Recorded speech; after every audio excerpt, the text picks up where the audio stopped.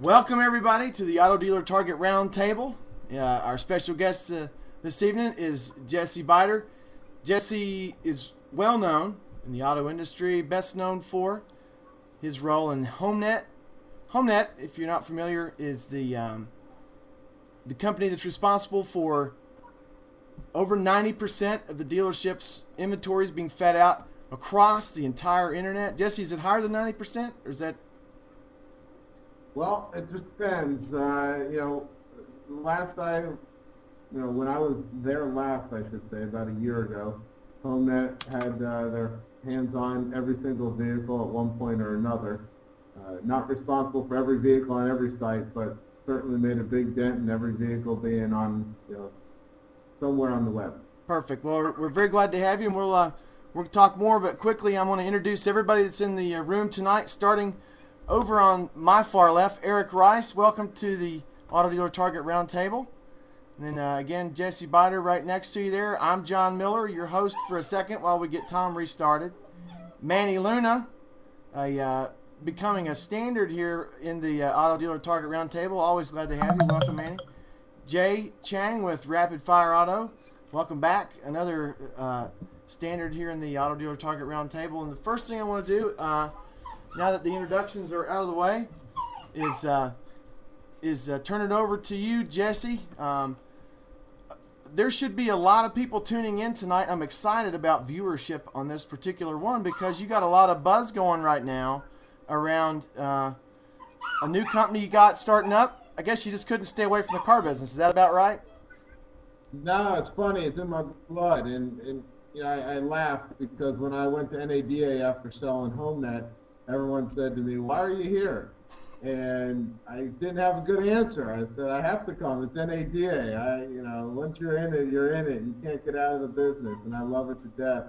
I was there and I felt like that 30-year-old kid hanging out with the college students still. And they're all looking at him like, "Dude, shouldn't you be having a career or off doing something else now?" And that's how I felt. But it's in my blood. I love it. And I just can't imagine doing anything else. I think that's true for just about all of us that have been here. I think somebody said it. It really made sense at one time. If you're new in the car business, pick one. Either get out now, or decide to just stay in. Because once it's in your blood, it's in your blood. To stay. It's in your blood. It's the good old boys group and good old girls group. But yeah, when we get to all the different shows, it's just all the same faces, and here we are again. And I love it to death. I wouldn't trade it for anything in the world. Yep. So, what we typically do, Jesse, is just turn it over to whoever our guest is. We're going to have some questions as we go along, but if you can give us an overview and give us you can blatantly promote the name of your company, where it is, where it can be found, the premise, the whole deal. So it is fully yours, and then as soon as you get ready, we'll open it up, and we've got some questions prepared, and we can chat in some questions later. So we're ready to follow your lead, and again, take it. You got it. All right. Well, I appreciate it. I love the question, so I'm always anxious to get right to that. But I'll give everyone a quick background. I started Homenet back in '96, and I started with nothing except one customer. We built a product for them, and we added one customer after that, and one customer after that, and built it up to 18,000 rooftops, managing quite a bit of inventory, 135 employees, and made a huge impact in the automotive industry. And that gave me a whole lot of experience at being a vendor. We resold other people's products. That gave me a whole lot of experience vetting other vendors, negotiating with other vendors, and representing other vendors' products. And one thing I learned through all that experience, it seemed like the best, latest, most innovative products were created by vendors that haven't been in business a whole while. Therefore, they didn't have a lot of money to hire a sales force and a marketing department to get their message out. And the larger companies with more money and more experience had relatively older products that they had grown and evolved over a period of time. So it was interesting balance between some of the more mature products out there and some of the younger, more innovative products that were out there. So after selling Homenet, I decided, there really needs to be a way for the more innovative products to get out there so that dealers that are looking to purchase whatever services they're after are able to see which vendors exist, not just the big ones that have the money to go out and promote themselves. Because quite honestly, when a vendor's spending a ton of money with a sales department and paying commissions and healthcare and travel and all those sorts of things, and they're paying a ton of money to market and promote their company, all that gets added into the price that the dealer pays. So I set out to create sort of a venue that would allow innovative companies to get in front of dealers. And at the same time, a good friend of mine here in Sarasota, Florida, Matthew Kain, had his own story. And I wish he were here to tell it. But he started out in the family business. His family in the early 90s built or late 80s, started an automotive empire of sorts. They built it up to 20-some stores. And his father decided in mid-2000s, 2004, 2005, to get out of the automotive business. Not completely, but to sell a lot of the stores off and get into politics. And when he did that, they went down to 3 stores, and Matt's in the family business, and he was in charge of negotiating with vendors. And when they had 20 stores, they could negotiate quite well. They had an enterprise portion of their business that just oversaw all the business development for all of the stores. They were able to really understand the marketplace, and he was able to go negotiate deals for all 20 stores. And what happened when he went down to 3 stores that worked pretty much independently, and they got rid of the whole back office enterprise folks, he learned that what used to be an easy negotiation turned into a very difficult one, and instead of getting major discounts, he was paying full retail. So he decided that he needed to create that buying power again somehow, get 20 or 30 of his friends together that he knew were in the business, and agree to buy certain products together so that they could negotiate like he did when he had 20 stores. And when my idea and his idea came together, we ended up with Dealers United. And the current form of Dealers United has actually evolved quite a bit. We are solving those problems. Problem one is that we solve, problem one that we solve for the dealers is that we become their business development department. We're going to go out and interview and survey all of our dealers and ask them, what is your number one problem that you have that you would like to see resolved? When I say problem, I don't necessarily mean, you have a website. All the dealers have a website, but do you feel you're paying too much for it? Do you feel your company is taking care of you? Do you feel that it's the most innovative and best looking website that you could possibly have? And if not, let us know. And we're going to survey all our dealers and get those responses back and rate them. So we might find out that of all the issues we've surveyed the dealers, they tell us search engine optimization is the one thing we feel we're paying too much for. We don't know if the return is there. We don't know if we're getting results. And who knows, maybe it's something else. But let's just take search engine optimization for an example.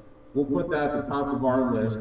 And each month, we're going to focus on one particular product. So let's call month 1, we go out. First thing we do is ask our dealers and let them know, all right, we're doing search engine optimization this month, so tell us, who do you use? What do you pay? Do you feel it's too much? Do you like them? What's their customer service like? What does success look like? What has the experience getting signed up and going been like? We learn all that information. Then we take our production crew. If you go to DealersUnited.com and click on our initial video, you'll see what our production crew can do. It's pretty impressive.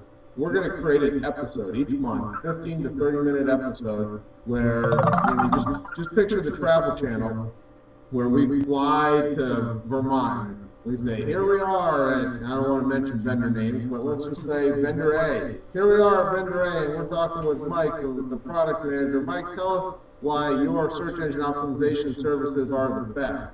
And Mike will explain it. And then we say, all right, well, according to this dealer here in Texas, they had a really tough time with your setup process. Can you tell us what that's like? And, just do that interaction. So we really ask them the tough questions as though we were purchasing it for ourselves, and we had a huge automotive group, and we wanted to make sure we were getting the best product. and we fly to vendor B, and we ask their product manager the same thing and give them the same feedback from the dealers. And after we do all of that, we produce a video, an episode, and we choose at the end of that our favorite vendor, and we negotiate with that vendor. We say, hey, you're normally $2,000 a month for this product, but if we bring you 300 dealers by the end of this month, what will you do for us?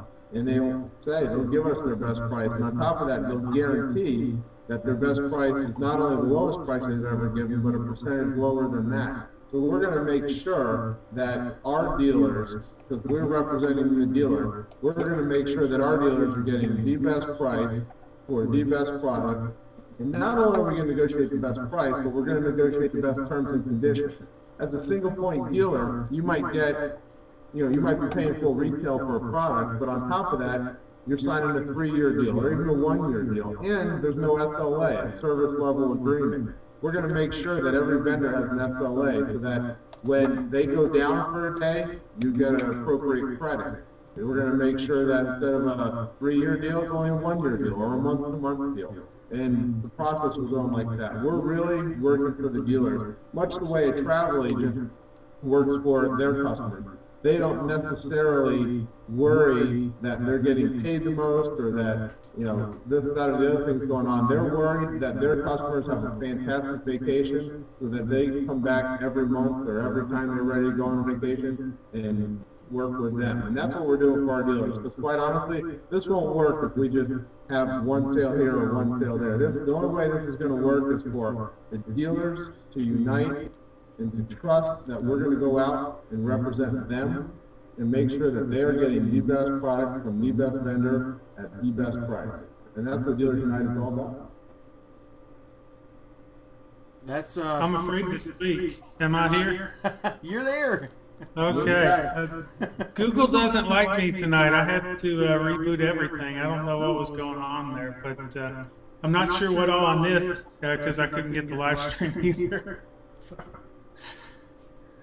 No worries, no worries. But yeah, we just got done talking about, my background and what Dealers United is and what we plan to do. Right now, just to give you a little background, we spent all last year building the technology.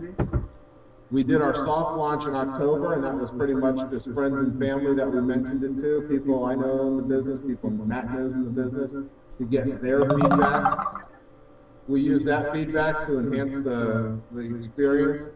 And all of our informational, we have a 20-point plan to get the word out to all the dealers. Again, it doesn't work. We don't have as many dealers in the system as possible. It's free for dealers to join.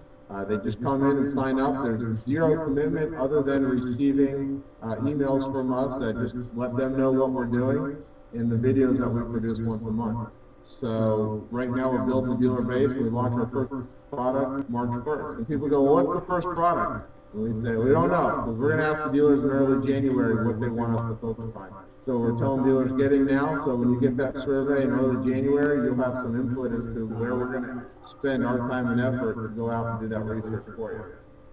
And will you make an announcement, sometime in February, I guess? Is there going to be like maybe a big announcement at NADA or something about what's your all's first? Right before NADA, because we want to benefit from NADA in the sense that the vendors will be there. So we're still going to travel to the vendor locations, but we also want to be at the show to kind of give the dealers that aren't there an idea of what their booth looks like. Because as a person who's dealt with vendors before, I would go and recommend our vendors to anyone. And Homenet had such a great reputation, it still does, for only doing business with the best vendors. And before we would choose anyone, we would go to their location and make sure that they were legit. So we're definitely going to do that. But it also helps to see the type of show they put on at NADA. Do they have a huge booth with lots of salespeople? Do they have just a tiny booth in the corner? And not that either is better or worse, but when you do make a decision to commit to putting a very valuable part of your business with a vendor, you really want to know as much about them as you can. So we're going to use NADA to give that perspective as well as the traveling on site. So will you guys interview dealers that have used that vendor and see what their feedback is on it? I'm sure that's part of it, huh? Absolutely, and you know what? We might use this to do it. This is quite an interesting technology. Traveling to the dealers we feel is a little less important than actually, getting everyone to have a full idea of the vendor themselves. But we will absolutely interview dealers that are happy with them, and we're going to interview dealers that aren't happy. And at the end of the day, if the vendor we pick we feel is the best one, we're still going to show dealers that aren't happy with it. Because when you go to buy a product on Amazon, at least I look at the stars, and then the first thing I do is click on the ones that gave it a 1 star. I want to know what they don't like about that. Doesn't mean I'm not going to buy it, but I still want to see what they're saying. Sure, absolutely. I'm the exact same way. So, what about, I don't know what you all talked about before. Did you all talk any about the vendors, how that situation's going to play out? Well, we're going to make some vendors really happy, and we're going to make some vendors really sad. And we're okay with that. The vendors that offer the best product and are willing to offer the best price to our dealers are going to win. And the ones that are the snake oil salesmen that have a lot of sizzle but no steak, well, they're going to lose. And that's what's best for the dealers.